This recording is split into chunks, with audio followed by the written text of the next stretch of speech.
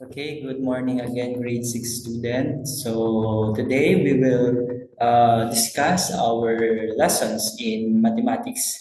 So are you ready? Okay, let's start.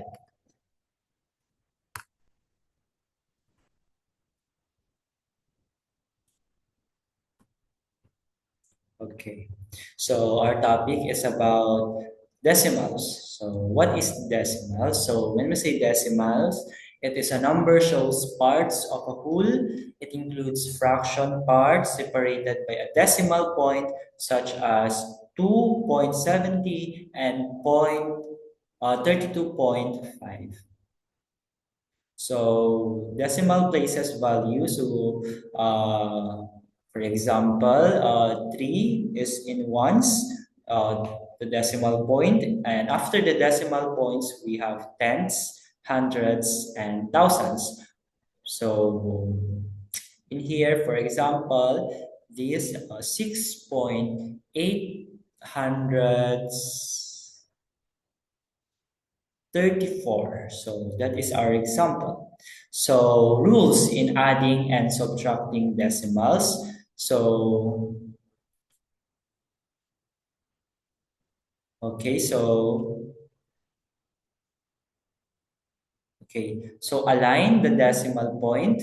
So first one, place the number so that the decimal points line up vertically. So it is important that in solving decimal numbers, we have to align first. So pababa, vertical. So first given and then second given. So kung may third pa, go sa pangatlo pa siya.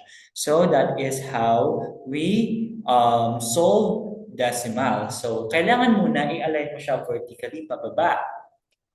For example, this one. So hindi siya, nung una hindi siya nakaayos, naka-diretso lang siya. So we have 36 plus 7.2. So kapag inano natin siya, oh sorry, it should be 45.36. Then kapag inano na natin siya, magiging na siyang 45.36 plus 7.2. So tingnan niyo yung example. So sa example na binigay natin, yung point ay naka-align.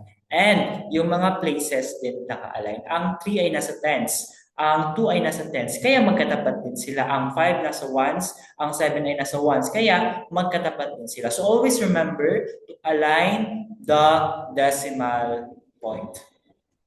Okay, another in here. So 87.95 minus 4.6. So tingnan nyo ulit, observe the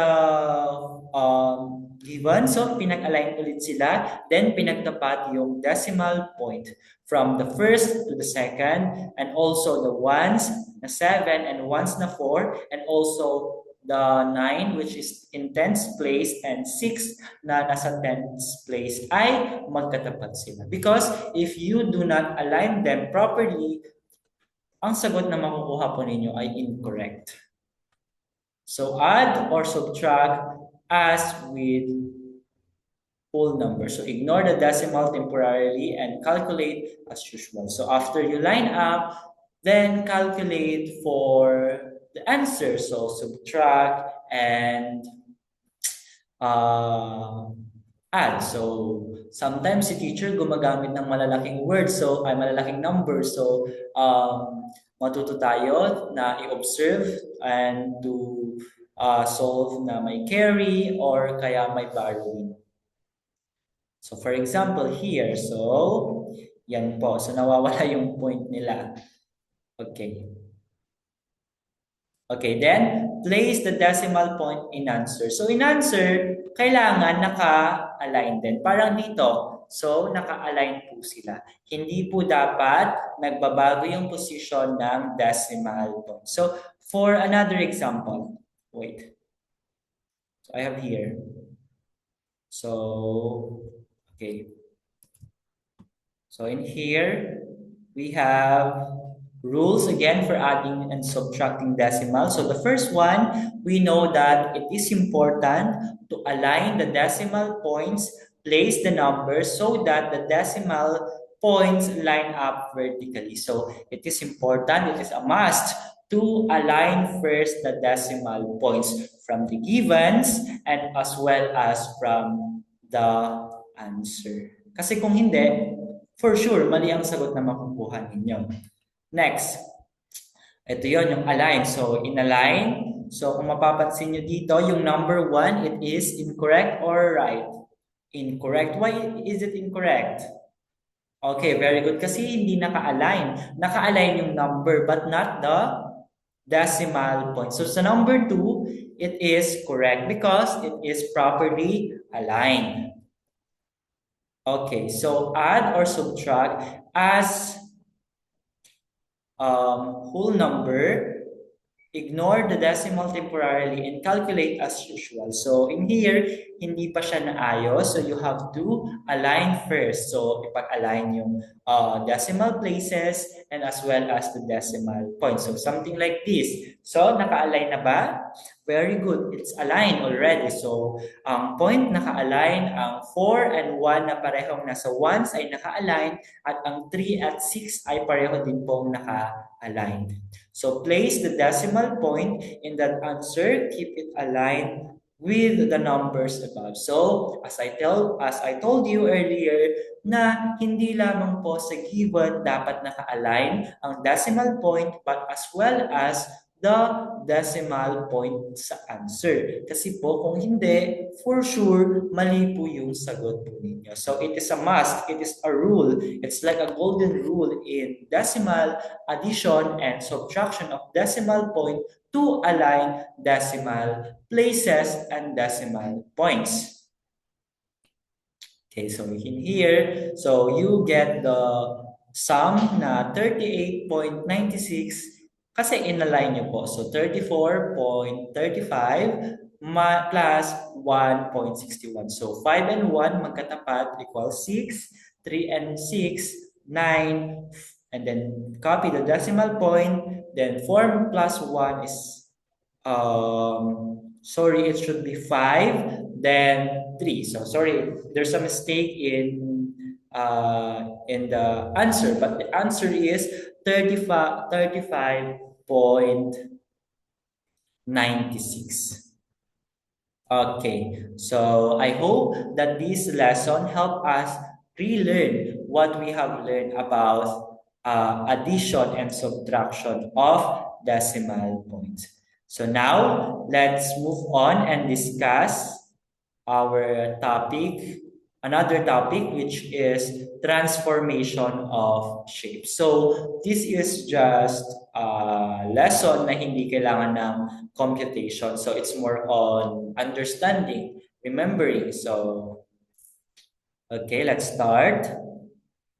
So it's about transformation of shapes. So there are 4 types of transformation of shapes. And let's first discuss the first one, which is translation or sliding. So it moves a shape from one place to another without rotating or resizing it. Example, shifting a triangle 5 units to the right. So when you say sliding on or translation, this changes in terms of position. So for example, nag-drawing ka ng triangle, then nagbago lang nag-movement. So nag-move lang siya. It is an example of translation kasi nga nag-slide lang siya. So for us to better understand, meron ako ritong ginawa na illustration. So this is an example of sliding kasi walang nagbago sa position sa image. Ganun pa din yung triangle ABC natin. Ganun pa rin siya sa second image. Ang nagbago lamang po ay position. Para nga lamang po siyang nag-slide, para lamang po siyang lumipat ng position. And that is what we call translation or sliding. Next one, rotation. So from the word itself, alam na natin kung anong mangyayari dito. It will rotate. So it spins a shape around a fixed point or pint. Example, rotating a triangle 90-degree clockwise around its center. So in here, we can say that a rotation happens when an image spins or rotate either clockwise or counterclockwise. So halimbawa dito, sa binigay ko. So dito, nagbago siya ng pwesto or nag-rotate siya, umikot siya. So dito sa orange na triangle, nagbago siya. Dito rin sa second illustration. So kung kanina nasa top si C tapos nasa baba si BA, ngayon naman ang nasa taas ay BC. So nag-rotate lang siya ng sabihin na natin 90 degrees, hindi siya 180. So yun po yung idea ng rotation. If there is rotation, kahit konting rotate lang, kahit ilang degree lang, it's also considered rotation po. So again, the first one is translation or sliding, nag-slide, nag-change lang ng position, rotation, it spins or it rotates either clockwise or counterclockwise. Then, third one is reflection. Ano naman po yung reflection? So, tumingin kayo sa salamin. That is an example of reflection. So, create a mirror image of a shape over a specific line. Example, flipping a letter P over a vertical axis to make backward P. So, halimbawa, this one.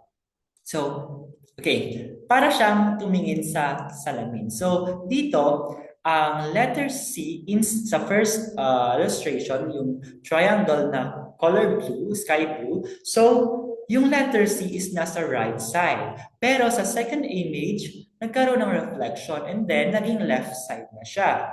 Another one. So, sa triangle ABC ay nasa gilid o nasa right side si A.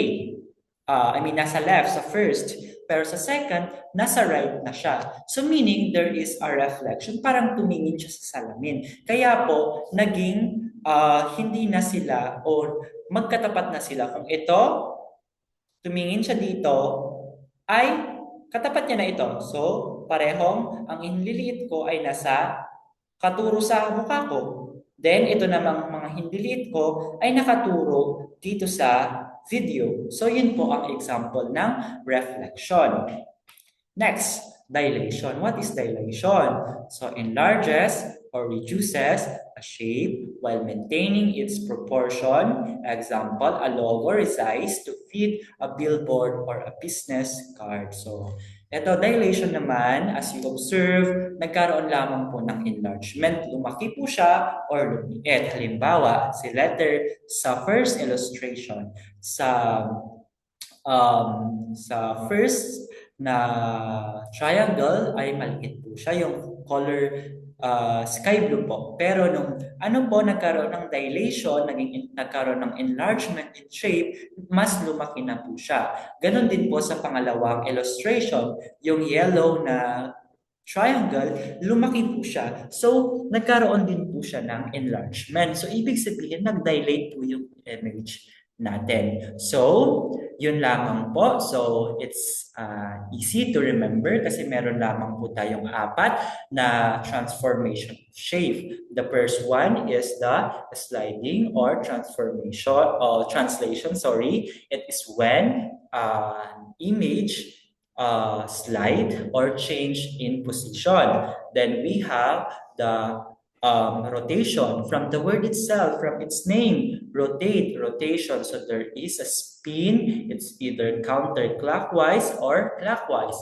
Then thirdly, we have the reflection. Ito naman yung tumingin sa salamin, magkatapat si hindiliit at si hindiliit. Ganun po. Then we have the dilation. It just enlarges or pinapaliit niya po yung image pero wala pong nagbago. So, kanina, paano tayo nag-add or nagsusubtract ng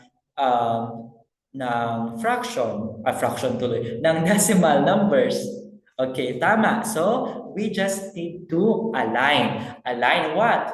Align the decimal places and as well as the decimal point, including dun sa answer. Kasi po, kung hindi po natin in-include yung answer, mali po yun. So, align the first and the second given, then as well as the answer. So, yun lamang po. I hope this video help you to remember our previous lessons. And I hope lahat po tayo ay ligtas.